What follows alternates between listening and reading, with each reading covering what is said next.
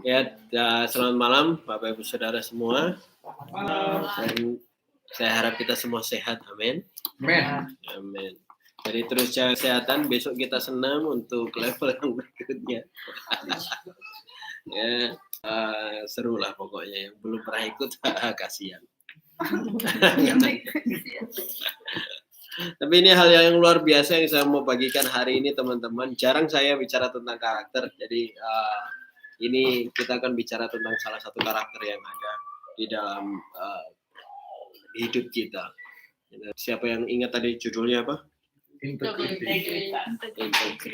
Ya, integritas. Nah, ada satu kisah yang menarik yang membuat saya mengambil tema ini. Sebenarnya saya suka membaca di Perjanjian Lama dan selalu saya angkat dari beberapa Perjanjian Lama. Nah, kita akan mulai di Kejadian 20. Kejadian 20.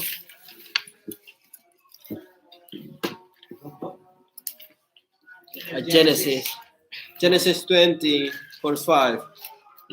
Kejadian 20 ayat 5. Sudah dapat katakan amin? Amin. Yang pernah baca cerita ini katakan amin. Amin. Oke, berarti udah semua ngerti ya.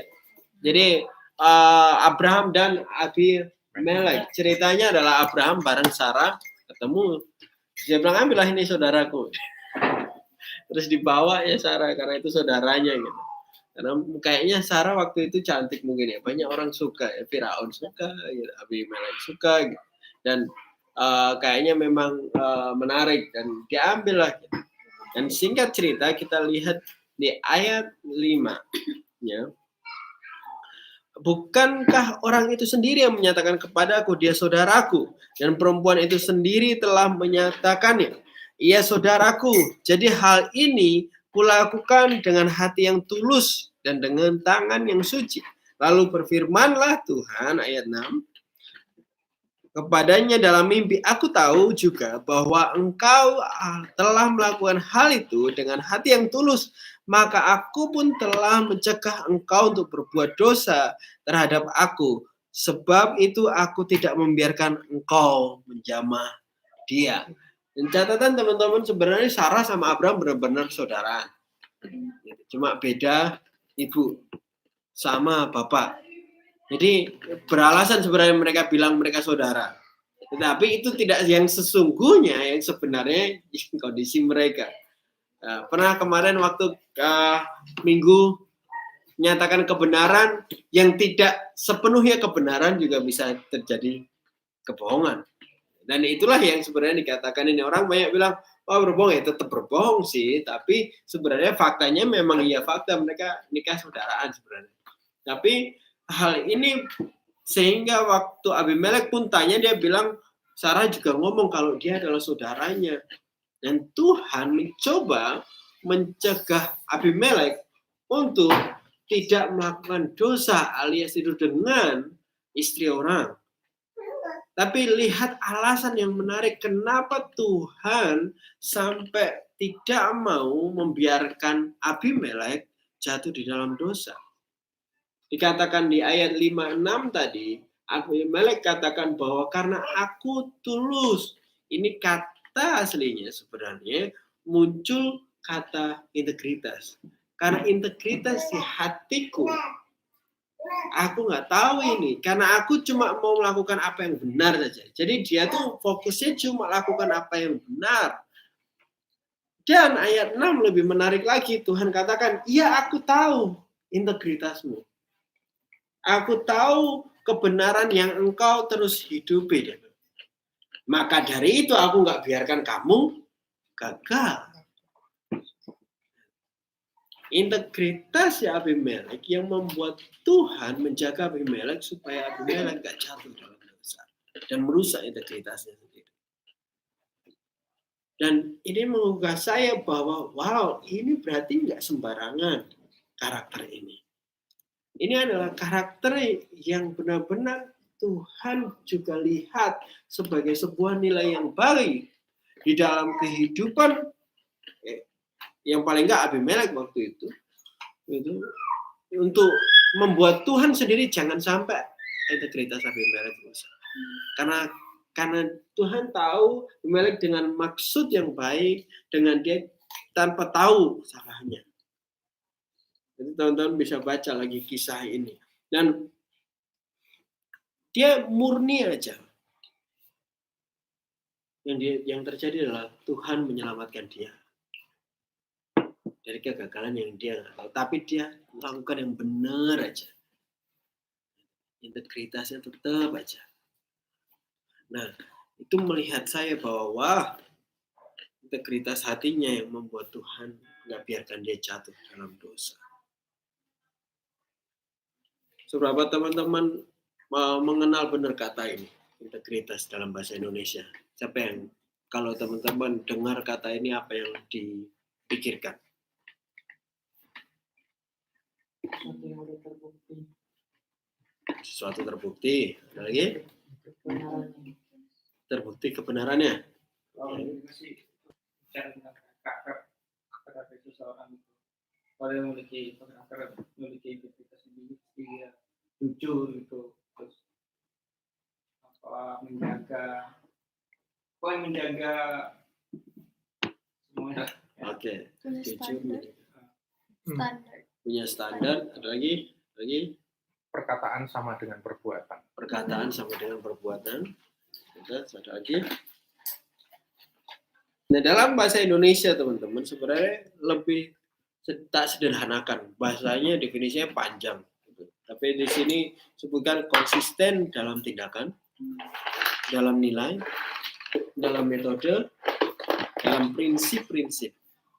Dan ada kata jujur. Dan memiliki karakter yang kuat. Bisa dibilang dengan kata lain ada teguh berdiri, tegak berdiri, tetap pada prinsipnya, tetap pada kebenarannya. Tapi kalau dari kisah yang tadi, kita bisa lihat bahwa integritas adalah melakukan apa yang benar, apapun keadaannya, dan apapun kondisinya. Tetap lakukan apa yang benar.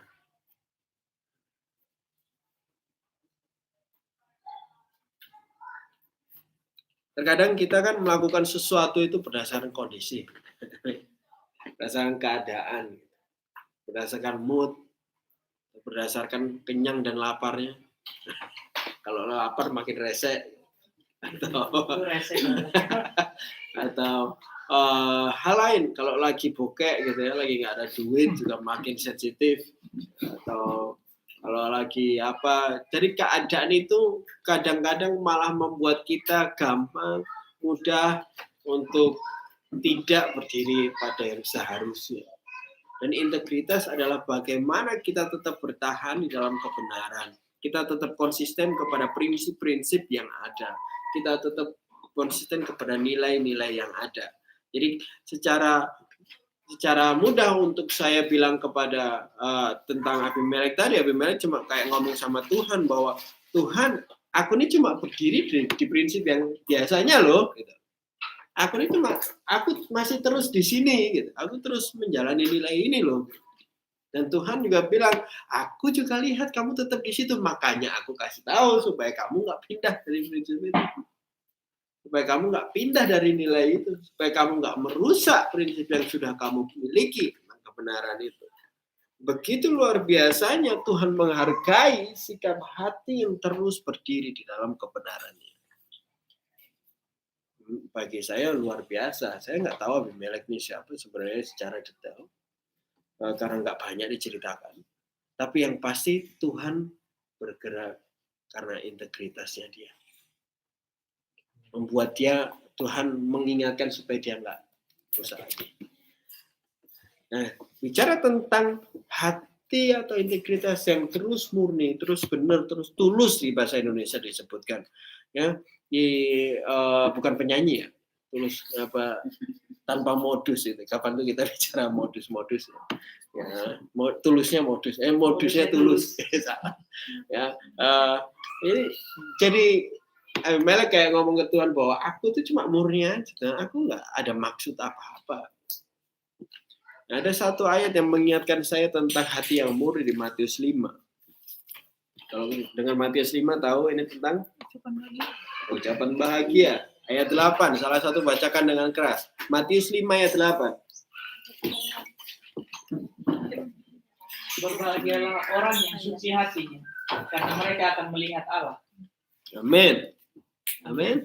Orang yang tulus hatinya, yang terus murni di dalam integritasnya, Tuhan itu ada kesempatan untuk melihat Allah. Saya suka kata di situ dapat melihat Tuhan. Bahasa aslinya itu optanomai. Optanomai itu adalah seperti Tuhan membolehkan kamu lihat. Jadi Tuhan yang memperlihatkan diri kepada kita, orang-orang yang terus murni hatinya. Paham nggak? Jadi karena kita murni, karena kita terus ada dalam integritas kita, motivasinya nggak aneh-aneh, tetap dalam prinsip kebenaran, Tuhan membiarkan kita melihat Dia.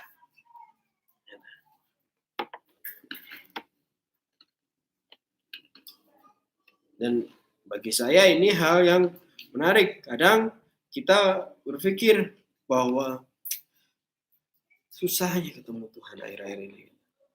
Susahnya kita untuk melihat Tuhan. Banyak orang bahkan susah untuk bertemu Tuhan. Bapak Ibu Saudara, kita kan harus lihat ke diri kita masing-masing. Apakah kita masih hidup di dalam kemurnian motivasi kita, kemurnian hati kita. Abimelek dengan kuat dia bilang bahwa integritas of my heart dalam salah satu bahasa Inggris. Terjemahan bahasa Inggris adalah integritas hatiku tetap ada di situ. Aku tetap murni, aku nggak maksud apa-apa, aku tetap jaga prinsip ini. Dan bayangkan bahwa seberapa sering kita punya motivasi yang keliru, salah dalam hidup kita, bahkan di hal-hal yang kecil. Mudah sekali kita untuk membelokkan. Pernah nggak saya bilang bahwa kadang kalau iblis nggak bisa buat kita lakukan dosa, dia buat kita nggak murni dalam motivasi. Karena itu membuat kita nggak bisa lihat Tuhan. Tetap lakukan hal yang sama. Tapi dia rusak motivasi kita. Karena dia nggak bisa buat kita berhenti, mungkin dengan sakit apa, teman-teman tetap wah luar biasa. Gitu. Tapi yang dilakukan dia adalah membuat kita rusak di hati kita. Rusak di pikiran kita. Tetap melakukan yang sama, tapi kita bisa nggak jadi lihat Tuhan karena hati kita nggak jadi suci, nggak murni, nggak bersih. Amin. Bisa mengerti ya di sini. Jadi Tuhan sangat-sangat senang. Aku rasa Tuhan sangat senang sekali dengan sikap karakter ini. Bahkan dia sampai melakukan hal ini. Dan dia bahkan tidak hanya bertindak sebagai bisa dibilang penghadang dosa ya untuk Abimelek. Tapi dia juga mau memperlihatkan ke siapapun yang tetap juga punya kemurnian suci.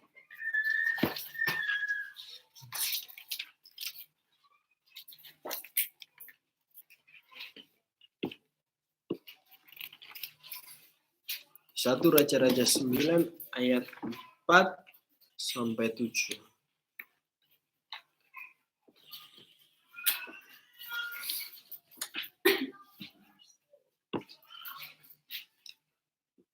Mengenai engkau, kita mulai dari ayat 4. Satu Raja-Raja 9 ayat 4. Mengenai engkau, jika engkau hidup di hadapanku sama seperti Daud, ayahmu, yang tulus hati dan benar dengan benar, dan berbuat sesuai dengan segala yang kuperintahkan kepadamu.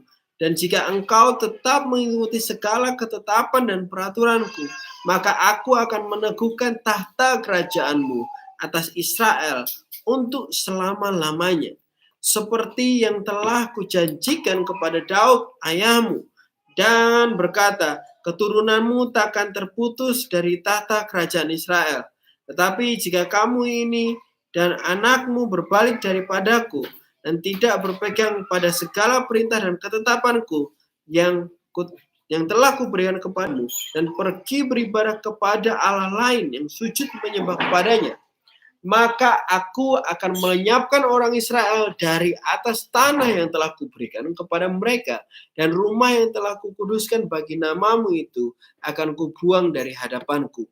Maka Israel akan menjadi kiasan dan sindiran di antara segala bangsa. Salomo adalah anaknya Daud, dan Tuhan bilang kepada Salomo, "Hei Salomo, kalau kamu bisa tetap punya integritas kayak papamu." Dia bilang tulus hati, terus benar. Kalau kamu bisa menjaga sesuai dengan segala yang diperintahkan, kamu akan jadi bla bla bla ayat 5 dan 6. Tapi ayat 6 dia mulai juga, tapi kalau engkau nggak bisa jaga itu, bahkan dikatakan semuanya akan hancur dan tidak ada lagi yang tinggal di tanah yang diberikan Tuhan untuk mereka. Itu alias Tuhan nggak lagi memperhitungkan keturunan. Dan ini memperlihatkan juga bahwa teman-teman, namanya juga karakter, namanya juga sifat. Itu adalah tindakan dan pilihan kita untuk mau memiliki itu atau enggak. Salomo diberikan Tuhan 2 pilihan. Kalau kamu tetap bisa punya integritas kayak Daud. Ini.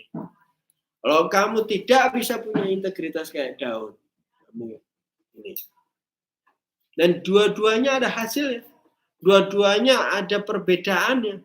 Dan yang paling saya lihat dari hal ini adalah integritas itu pilihan. Kamu pilihan mau jadi orang berintegritas atau enggak. Itu kita bisa memilih keputusan untuk hal itu. Semua orang bahkan selalu setiap hari kita punya hal-hal yang membuat kita kadang bisa berpikir untuk berhenti dari jujur, ya. Berhenti dari tulus. Kita kadang pernah nggak kalian melakukan kesalahan gitu, terus dalam pikiran berpikir, aku ngomongnya gimana ya, ngomongnya gini aja deh daripada nanti gini. So, ada hal-hal yang terus kita pilih gitu. Pilihan A ngomongnya gini, nanti dampaknya mungkin ini. Pilihan B ngomongnya gini, nanti mungkin dampaknya C. Ya, kita mulai punya pilihan untuk jujur dan tulus, terus ada berdiri dalam kebenaran atau tidak. Dan kehidupan kita terus dihadapkan dengan hal-hal ini setiap hari. Hal-hal ini setiap hari. Tapi ketika Roh Kudus, pengalaman saya sendiri, ketika Roh Kudus memimpin kita, wah itu luar biasa teman-teman. Benar-benar diberi tekanan benar-benar ke dalam hidupmu untuk kemarin, kapan terakhir kita ngamplas hari apa? Selasa. Jadi karena saya cerita, jadi karena bangku itu besar, ya. Jadi kalau saya set langsung packing semua itu saya angkatnya nggak kuat, benar. Kuat sih, tapi karena boxnya itu sampai dada saya kan saya ngangkatnya harus lebih tinggi untuk memasukkan. Jadi kapan tuh sakit semua di sini, ya. Karena mungkin terkait. Terus tak buat itu terpisah jadi dua bagian, baru di dalam baru tak jadi satu. Supaya nggak berat. Nah, tinggal cerita, saya masukin satu, jelek. Itu kalau teman-teman yang di gudang tahu kalau ada bagian panjang yang harus dicek. Yang panjang cuma satu tuh, yang harus dicek bautnya juga. Tapi yang harus dicek bautnya kan cuma 2 bagian, yang panjang sama yang bagian dudukan belakang. Nah, itu 2 bagian yang berbeda untuk masukkan ke box. Terus yang itu dulu, yang panjang itu tak masukin. Tapi aku lupa ngecek. Terus aku masukin yang lain. Ini udah tak cek. Terus dalam hatiku aku punya 2 pilihan untuk aku nggak usah keluarin yang itu, udah dianggap aja deh mungkin pas gitu. Atau aku harus keluarin semua lagi dan ngecek benar-benar padahal cuma 1. Nah, terus nggak bisa. Tapi di pikiran itu sudah ada pilihan. Di pikiran sudah ada pilihan untuk, wah nggak usah lah, mungkin kira-kira cocok lah. Kira-kira bisa lah. Karena kadang juga baik, kadang enggak gitu. Kadang perlu didalemin, kadang enggak. Jadi mungkin yang ini enggak gitu. Walaupun akhirnya teman-teman Ya tak cek. Dan akhirnya memang nggak apa-apa. Bagus ukurannya. Dan masukin lagi. Tapi tekanan dari Roh Kudus itu yang nggak bisa tak biarin jalan. Roh Kudus benar-benar tekan itu untuk, wah, kamu harus ambil balik, cek. Supaya nggak terjebak di dalam ketidakjujuran, ke dalam kesalahan itu. Dan itu beberapa hari setelah saya baca tentang Abraham dan Abimelek ini. Dan saya rasa, wah, kemungkinan Abimelek juga rasakan hal yang sama. Tuhan langsung, jangan. Kamu harus berhenti. Kamu jangan. Gitu. Ojolek bagus. Gitu. Jangan. Dan akhirnya tapi respon Abimelek juga bagus. Dia merespon dengan bahwa hal itu terus berdiri. Nah, sekali lagi, untuk kita memilih untuk selalu berdiri dalam kebenaran, itu adalah pilihan kita, Bapak-Ibu Saudara. Betul? Amin. Siapa barusan hari ini mengalami hal itu? Ada momen hari ini. Pilihan untuk aku tetap berdiri dalam kebenaran atau enggak ya? Ada? Hah? Ada enggak? Yang ada kata? Ada? Yang ada bilang ada gitu ya. Enggak ya. Kan mana kali enggak seharian mulu sih misalnya gitu. Kita pilih untuk diri kita. Nah, kita lihat bahwa bagaimana padahal contoh itu banyak sekali di hidup kita. Saya mau lihat satu tokoh yang juga terkenal namanya Ayub. Ayub is Job. Ya. Ayub 2 ayat 3.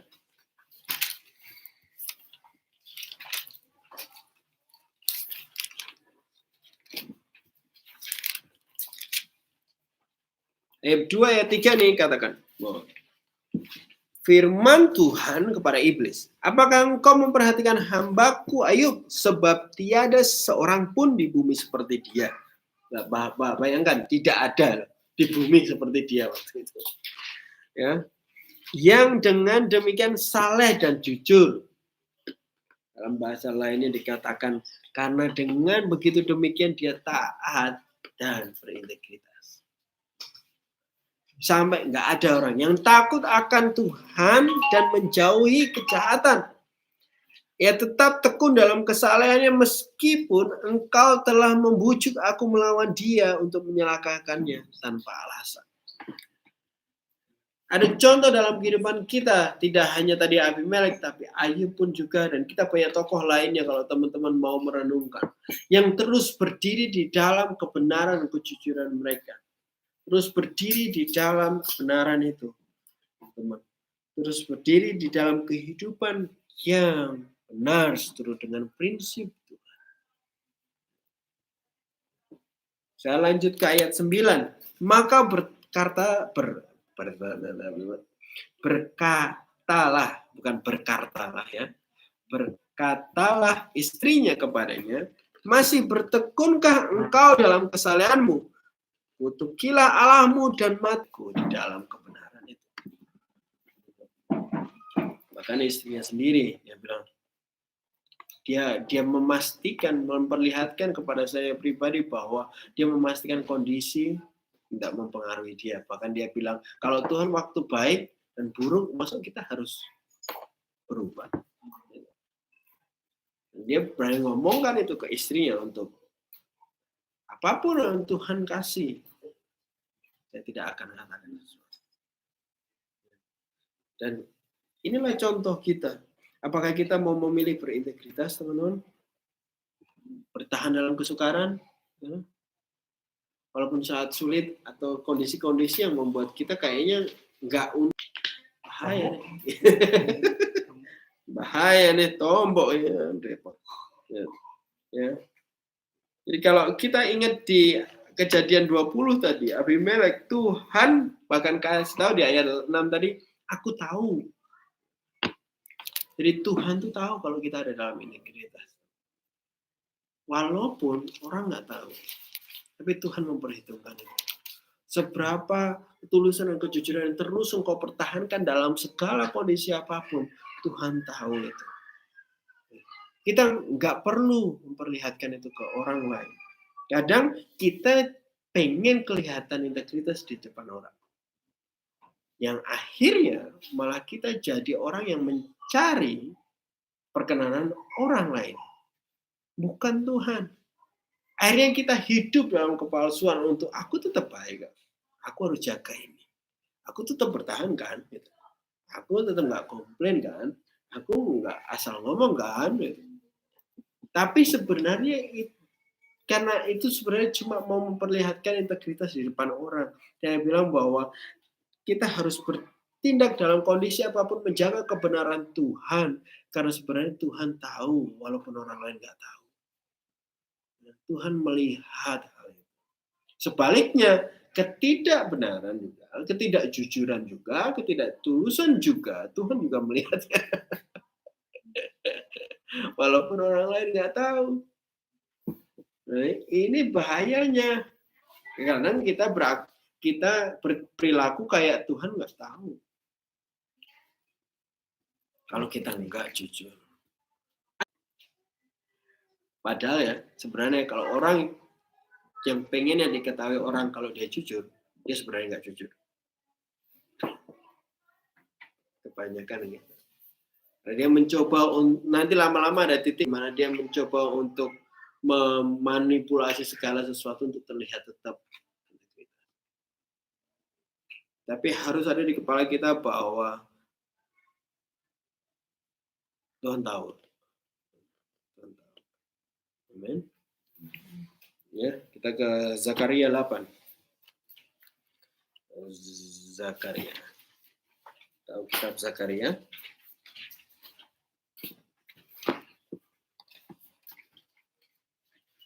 Sebelum Wahyu. Very informative. Zakaria. Nggak ada Zakaria. Ya, nggak ada Zakaria 8. Mungkin kehapus deh. For now.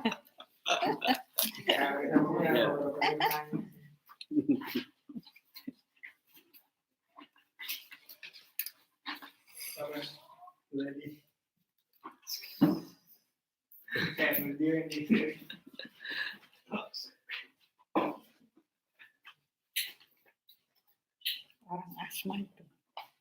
Saya sempat bayangin waktu Abimelek dia ngambil Sarah itu, dia cuma ya dia tahu kebenarannya, cuma kayak ya dia biasa sudah hidup benar. Kerennya kalau itu udah integritas, sudah bagian dari karakter hidup kita. Kamu udah biasa hidup benar. Udah biasa hidup yang prinsip-prinsip Tuhan itu udah biasa sampai ini nggak bisa terkoyahkan. Oke, Zakaria 8 ayat 16 sampai 17. Kita mulai dari ayat 16. Dikatakan di Alkitab saya, demikianlah firman Tuhan. Apa yang dibenci sama Tuhan? Semuanya. Ayat 17 itu bahwa hati mereka yang tidak merancangkan tidak baik atau tidak jujur, yang merancang kejahatan, yang sebaliknya malah yang ayat 16 itu Tuhan bilang bahwa biarlah kita terus berkata jujur atau terus ada di dalam kebenaran integritas kita, untuk kita tuh jujur, jangan merancangkan apapun yang bahkan yang jahat di sini. Karena Tuhan benci. Wah. Bahaya nih. Maka tadi aku memang penasaran waktu aku baca Abraham sama Abimelek ini, Tuhan kayaknya seneng ini karakter ini. Jujur, berintegritas. Kalau enggak, dikatakan di situ Tuhan benci. Tuhan enggak suka dengan ketidaktulusan. Tuhan enggak suka dengan ketidakjujuran. Tuhan enggak suka dengan ketidakintegritasan. Dan ini harus dicatat di dalam hati kita bahwa hidup mereka ada ketulusan dan kejujuran. Bahkan sesimpel untuk kita jujur kalau kita lagi struggling atau bergumul, lagi susah, lagi jatuh terus dalam dosa. harus jujur. Kapan hari kita ngobrol ya cowok-cowok ya. Ngobrol salah satu yang susah sebenarnya ketika kita harus jujur bahwa kita nggak baik. Kita harus jujur kalau kita nggak super. Kita harus jujur kalau aku barusan jatuh. Dan itu harus juga dilakukan sebagai bagian dari integritas kita. Kita nggak bisa. Itulah kenapa ada komunitas ini supaya kita bisa saling tolong. Terus berani jujur kalau aku motivasiku nggak benar, aku harus berhenti. Aku belum pernah. Nah, ternyata hal itu juga terbawa di hati ketika memang juga ada di dalam pelayanan gereja. Dan itu susah untuk mengubahkannya. Tapi yang dimulai adalah aku harus jujur bahwa saya nggak baik. Saya bukan penyembah, saya bukan pemuji. Karena aku cari penyembahan untuk diriku sendiri.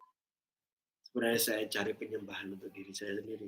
Biar orang-orang ini nyembah kiri. Saya harus bereskan itu, tapi saya harus mulai dengan jujur dulu. Bahayanya adalah teman-teman, Tuhan tidak hanya cuma membenci. Di ayat ini menarik di Mazmur. Mazmur 7 ayat 8. Mazmur 7.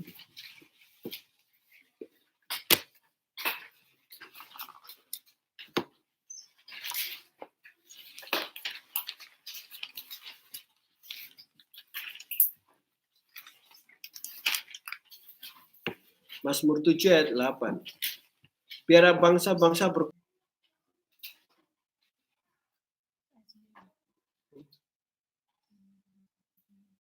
Oh iya, ya ayat 9. Tuh 8. Ayat 9 ya. Tuhan mengadili bangsa-bangsa, menghakimi aku. Tuhan, apakah aku benar dan apakah aku tulus ikhlas? Dalam hal lain ini bicara tentang apakah aku integritas Tuhan. Apakah aku benar-benar punya kemurnian dalam terus berdiri dalam kebenaran. Jadi Daud menyadari bahwa penulis Mazmur itu menyadari bahwa Tuhan, apa perlu Engkau menghakimi aku, apakah aku benar-benar tulus? Karena yang tahu cuma Tuhan yang bisa lihat.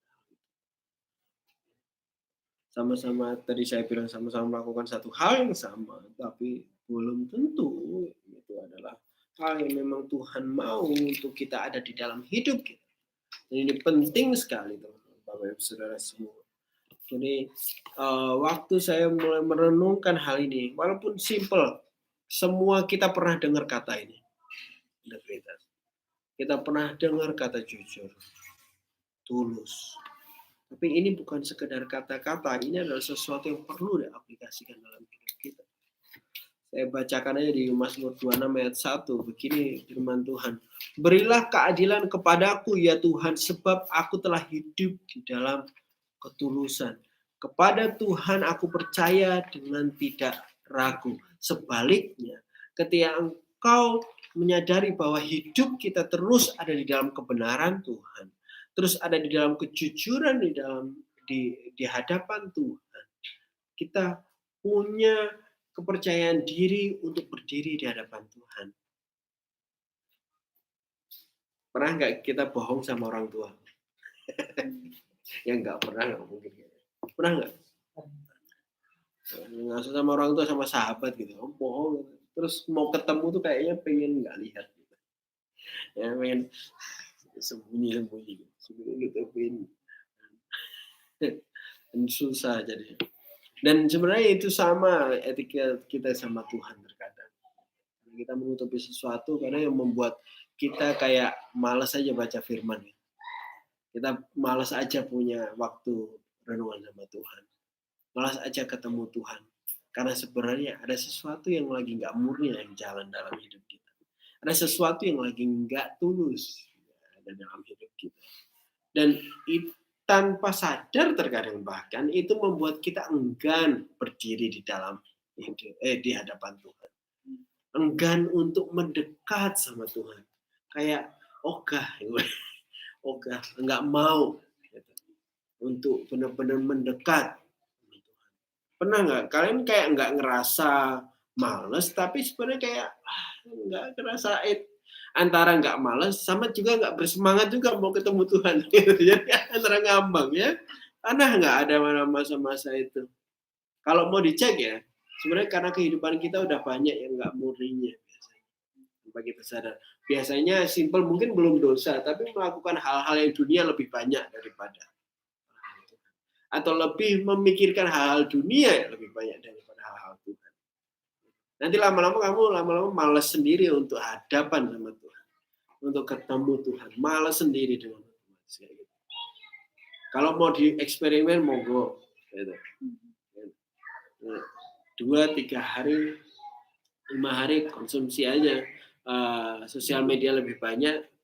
YouTube dan film yang nggak rohani lebih banyak. Nanti lama-lama udah malas ketemu Tuhan. Karena sebenarnya ketidakmurnianmu yang membuat engkau enggan untuk ada dalam Tuhan. Tapi begitu engkau hidup benar, malah pengennya ketemu Tuhan terus. Ya Tuhan, karena pengen dengar dari Tuhan, semangat banget lompat-lompat, angkat tangan menyembah Tuhan, memuji Tuhan. Karena kegairahan itu keluar dari hati kita yang sebenarnya punya tautan sama Tuhan. Begitu kita murni. Jadi kita boleh menyadari kehidupan kita, teman-teman. Kebenaran yang penting. Amin. Ya, ini hal yang saya dapatkan tentang integritas. Ini hal yang saya lihat beberapa hari ini tentang hidup kita, hal yang begitu sederhana terkadang. Iblis pun bisa pakai itu untuk kita masuk di dalam lingkaran ketidakintegritas atau enggak jujur, membuat kita enggak. Pas lagi mau ngangkat yang kedua loh, aku ambil itu belum dicek. Dalam hati gue kayaknya oke lah, udah masukin, tapi aku terus ambil aja.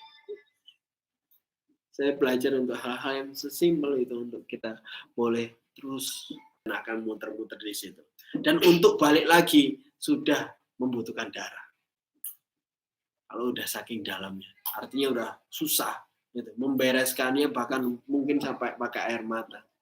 Karena kalau kita udah masuk mulai ketidakjujuran itu, tidak tulusan itu. Nah, kalau tadi di awal saya bicara tentang gimana kita integritas itu, gimana kita harus berdiri konsisten atas kebenaran yang benar, amin. Ya, harus jujur terus, untuk tulus terus dalam kebenaran dan prinsip yang benar. Nah, pertanyaannya adalah dari mana sumber kebenaran itu? Yang pertama kita buka di Ulangan.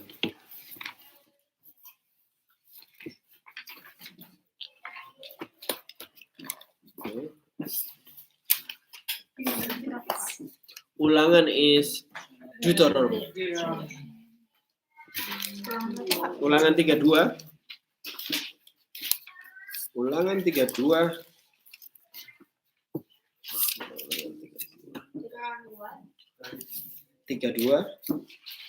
Ayat 3 dan 4. Sebab nama Tuhan akan kuserukan, berilah hormat kepada Allah kita, gunung batu dan pekerjaannya sempurna, karena segala jalannya adil, Allah yang setia dan tiada kecurangan.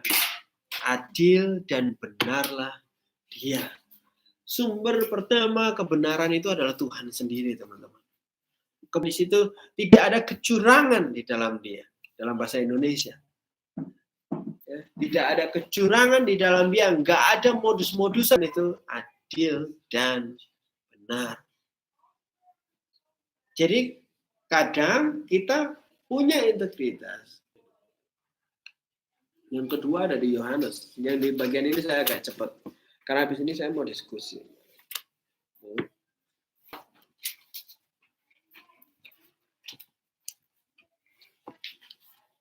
Kata Yesus kepadanya, akulah jalan dan ini menarik karena kadang orang ada yang lanjutin jalan kebenaran. Itu bebas lah. Dia menjadi manusia. Dan dia sendirilah kebenaran. Dan kalau kita mau cari kebenaran yang membuat untuk kita terus hidup di dalam integritas yang benar, dicari kebenaran yang benar, itu ada dalam Yesus Kristus. Di dalam Dialah kebenaran. 1 Yohanes 5.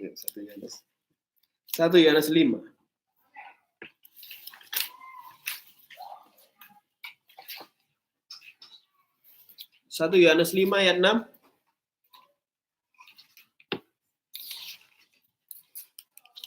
Kebenaran. Roh Kudus juga akan membawa kebenaran kepada kita. Di ayat lain di Yohanes juga dikatakan bahwa Roh Kudus dia penghibur yang akan selalu mengingatkan kita terhadap kebenaran-kebenaran atau perintah-perintahku dikatakan. Ya. Jadi Bapak Ibu Saudara, selain semua ini ada di dalam kepribadian Tuhan untuk kebenaran yang bisa kita hidupi. Saya nggak mau mengajarin hanya untuk jujur aja, tetapi tepat berdiri di atas kebenaran yang benar, berdiri di atas batu karang itu. Dalam perumpamaan yang lain bahwa tinggal ada 2 orang yang membangun rumah di atas 2 dasar yang berbeda. Tinggal kita mau di dalam.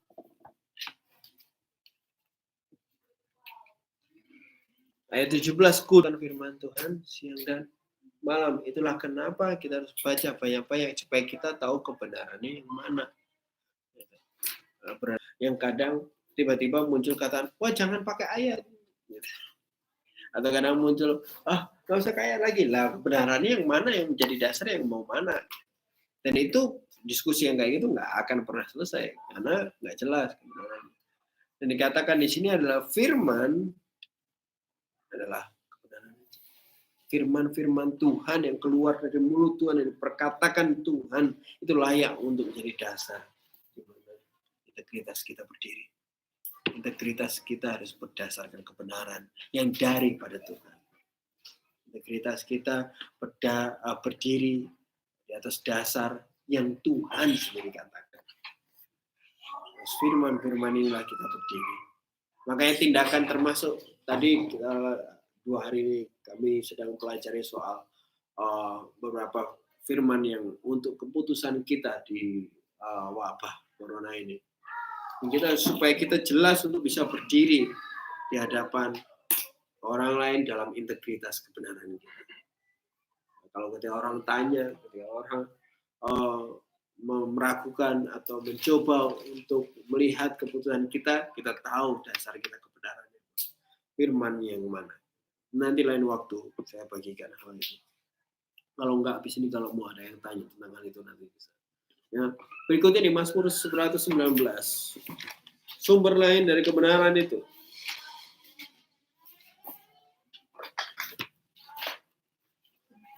(119) ayat 142.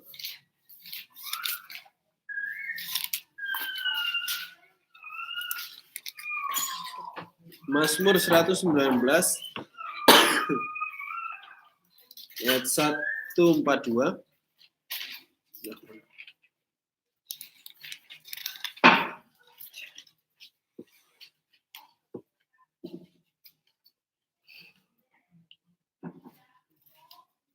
Dikatakan di sini keadilanmu adil untuk selama-lamanya dan Tauratmu benar. Tidak hanya firman Tuhan tapi hukumnya. Oleh karena pengharapan yang disediakan bagi kamu di surga, tentang pengharapan itu telah lebih. Kalau ini penting kamu untuk bisa jujur dan tulus. Jujur dan tulus itu jangan bingung. Terus ini sebenarnya integritas itu jujur dan tulus. Integritas itu nggak ada tindakannya. Maksudnya integritas itu bukan tindakan, tapi itu adalah karakter yang munculnya dalam bentuk jujur dan tulus. Kalau mau dia agak dramatisnya dikasih ikhlas. Ya, jujur dan tulus ikhlas. Ya, tawakal. Jadi itu adalah aplikasinya. Kita nggak bisa kita bilang kita punya integritas tapi nggak jujur. Gimana ceritanya? Ya integritas tapi nggak tulus bisa. Tapi kita tidak bisa juga asal untuk lakukan hal itu. Itulah kenapa nanti pada akhirnya kalau kita asal nggak tahu dasarnya, akhirnya ya jujur menurut siapa? Gitu. Akhirnya ada kebohongan yang baik atau disebut kejujuran hitam atau kebohongan putih gitu. Anda ada. Makanya dasar kebenarannya harus jelas supaya jujurnya juga bentuknya dalam bentuk yang jelas. Nah, ada satu cerita dalam Alkitab yang saya pengen kita diskusi malam hari ini. Mengarah kepada apa yang sedang kita bicarakan. Jadi kitab Keluaran 8.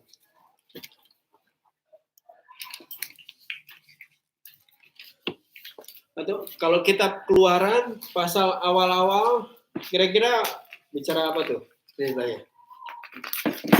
Belum buka. Kira-kira apa? Itulah. Pasal awal-awal pasal 8. Ya. Itulah apa di situ disebutkan? Kata. Kalau ayat 28 lalat. Ya. Kita lihat dia mulai dari ayat 28. Lalu kata Firaun, baik, aku akan membiarkanmu pergi untuk mempersembahkan korban pada Tuhan Allahmu di padang gurun. Hanya janganlah kamu pergi terlalu jauh. Itu akan menjauh besok dari Firaun, dari pegawai-pegawainya dan rakyatnya. Hanya janganlah Firaun berlaku curang lagi dan tidak membiarkan bangsa ini pergi untuk mempersembahkan korban kepada Tuhan. Ayat 30. Sesudah itu keluarlah Musa meninggalkan Firaun lalu berdoa kepada Tuhan. Dan Tuhan membuat seperti yang dikatakan Musa. Pikat itu dijauhkannya dari Firaun, dari pegawai-pegawai. Biarin kamu pergi, biarin kamu nyembah Tuhanmu, gitu. Biar semua ini. Tapi kalau kamu pergi doa, terus hilang pikatnya, kalian boleh pergi. Tapi begitu Musa pergi doa, dijawab Tuhan, pikatnya hilang, nggak jadi boleh pergi. Ya, iya. Saya pengen tonton lihat ini dari sudut pandang integritas tadi. Siapa yang mau beri komentar? Tentang apa? Firaun atau Tentang Yesus yang diceritain. Tentang Yesus yang berdoa yang tadi. Kita sudah dari Firaun atau dari Ya nggak tahu apa yang teman-teman lihat sebagai hal ini di cerita ini bagaimana? Ini sih, Sosok yang nggak bisa dipercaya. ketika kita dalam masalah biasanya nasar itu gampang munculnya. Gampang kita untuk ngomong, ya Tuhan kalau selamatkan aku daripada ini, aku akan begini, aku ingin begitu, ingin ini, ingin itu, banyak sekali. Ya. Tapi setelah keluar daripada pencobaan, ya kan, Pak. Iya ya. Itu aja biasanya nggak ada pencobaan aja. Kadang kita ngomong apa, terus nanti karena kita nggak ikhlas, iya ya, ternyata barang ini kok bagus ya, nggak jadi, tak kasih kamu kayak gitu. Jadi kan kadang kita mikir, kalau orang lain mungkin bisa nilai kita, oh ternyata harga dirimu, katakan pulpen ini tak kasih kamu ya, Fer. Aduh, hijau warnanya, aku suka ya, nggak jadi. Orang-orang nilai kita, wah harga dirimu ternyata mau sebatas pulpen. Ada lagi teman-teman. Iya. dari kan 8 tahun bilang dia mau kasih pergi mereka. Tapi di Iming-iming. dan yang kedua lalu dia merasa. Jadi mereka nggak diizinkan. Kayaknya ke chapter 9 kan sudah lagi datang. Tapi aku bisa itu sih, maksudnya kalau waktu itu kan iya benar kayak Pak Erin bilang, karena dia lagi di saat yang kayak terdesak, dia nggak apa-apa lah aku lepasin gitu kan, tapi nanti pas udah sembuh gitu, kalau aku lepasin mereka nanti aku nggak punya budak lagi gitu, semua ribuan orang ini repot nih. nggak bisa jadi budak lagi, aku harus cari budak lagi, jadi Ya, kadang itulah kenapa tadi di awal kita sebutkan bahwa integritas dalam segala keadaan itu dari mana kondisi kita berdiri dalam prinsip kebenaran di dalam segala keadaan. Keadaan itu nggak mempengaruhi apapun. Ada yang lain cewek-cewek about this situation? that Pharaoh was being tormented by all the flies, so he said, So that's what. Yeah. What do you think about this? What do you What think? do you think about that based on integrity studies?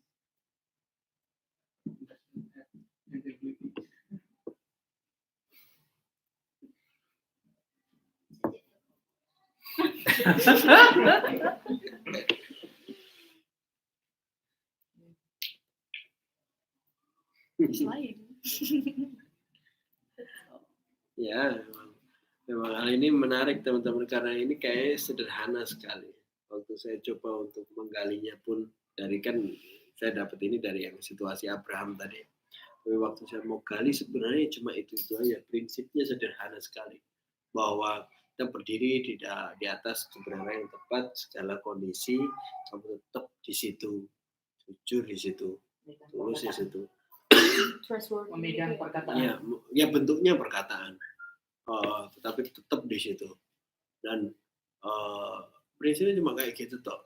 Dan aku bukan kesusahan, tetapi mencoba untuk lihat ternyata bahkan bukan kesusahan lagi, malah sebenarnya banyak banget di dalam Alkitab untuk hal ini bisa dilihat.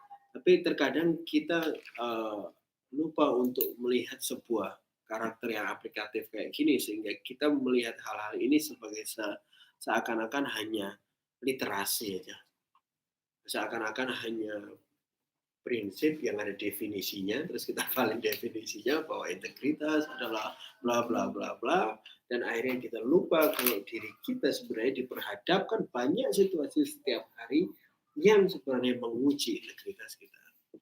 Belum hal-hal sederhana, hal-hal kecil. Hati-hati ya dalam situasi seperti Firaun. Ya saya tahu lah Firaun nggak kenal Elohim waktu itu, jadi dia nggak ngerti. Tapi dia ngerti prinsip kebenaran itu. Ya. Tapi ini untuk menjadi contoh kita bahwa dalam satu situasi pun kita sebagai manusia, tapi yang pasti Firaun manusia kayak kita. Jadi sebagai manusia kita punya kapasitas untuk lakukan hal yang sama kayak Firaun lakukan. Kita punya kemampuan untuk lakukan hal yang sama kayak Firaun lakukan. Kita bilang kalau gini. Dan saya termasuk orang yang terus menjaga hidup saya untuk terus ada di dalam itu setiap hari. Dokter itu bukan resep dokter ya, itu bukan resep obat, tapi itu kayak list hari ini harus ini. Nanti coret. Kalau nggak kecoret itu pindah ke hari berikutnya. Jadi itu menjaga untuk aku goalku ini hari ini harus selalu konsisten, sekuen dalam kebenaran itu. Amin. Ada lagi yang mau tambah? Jauh? Andi? Aku kan mau kayak berbagi sedikit pengalaman aku. Beberapa hari saya waktu Mas tadi sharing sama kita, terus aku pikir lama itu aku lihat balik ke dalam keseharian aku bahwa aku sekarang lagi benar-benar lagi karena harus lebih ke dalam koordinasi dan pemanasan untuk bangun pagi untuk teratur. Ya tadi pagi juga aku bilang waktu nanti cukur langsung cuci bagian kan, tapi tiba-tiba aku langsung udah di luar aja mau jalan ke kantor, aku nggak harus jemur ini karena aku udah bilang harus jemur ini. Jadi kadang-kadang konsekuen ke diri kita sendiri lebih susah daripada konsekuen ke orang lain, atau konsekuen ke orang lain itu gampang, tapi konsekuen ke diri kita sendiri kadang itu lebih susah. Sebaliknya sebenarnya mulai dari konsekuen sama dirimu sendiri itu akan membuat kamu terbiasa konsekuen yang lain. Kalau kamu belum mulai dari diri kita sendiri, kamu tetap bisa konsekuen ke orang lain, tapi konsekuen yang dipaksain, kamu kayak berusaha keras. Kalau untuk hal-hal kecil ke dirimu sendiri kamu bisa, itu lama-lama kayak kamu udah punya pola hidup kayak gitu. Firaun juga itu ya, kalau cerita Firaun juga kalau ngomongin tentang integritas itu juga seorang yang bisa dipercaya tuh, dipegang perkataannya. Jadi kalau kita ngomong A ya A itu, kalau kita ngomong B ya B. Jadi PR yang besar juga ya buat kita untuk jadi seorang yang layak dipercaya gitu. Jadi nggak asal ngomong terus ujung-ujungnya ya nggak jujur tadi, bohong, atau asal ngomong depannya terus belakangannya malah nggak kayak yang di depannya. Penting juga untuk jadi orang yang trustworthy. Kenapa orang bisa dipercaya? Dua bisa. Karena mereka jujur. Iya. Iya nggak sih? Iya sebenarnya sifatnya cuma itu. Jokowi. Yang membuat mereka mampu dipercaya itu karena mereka jujur.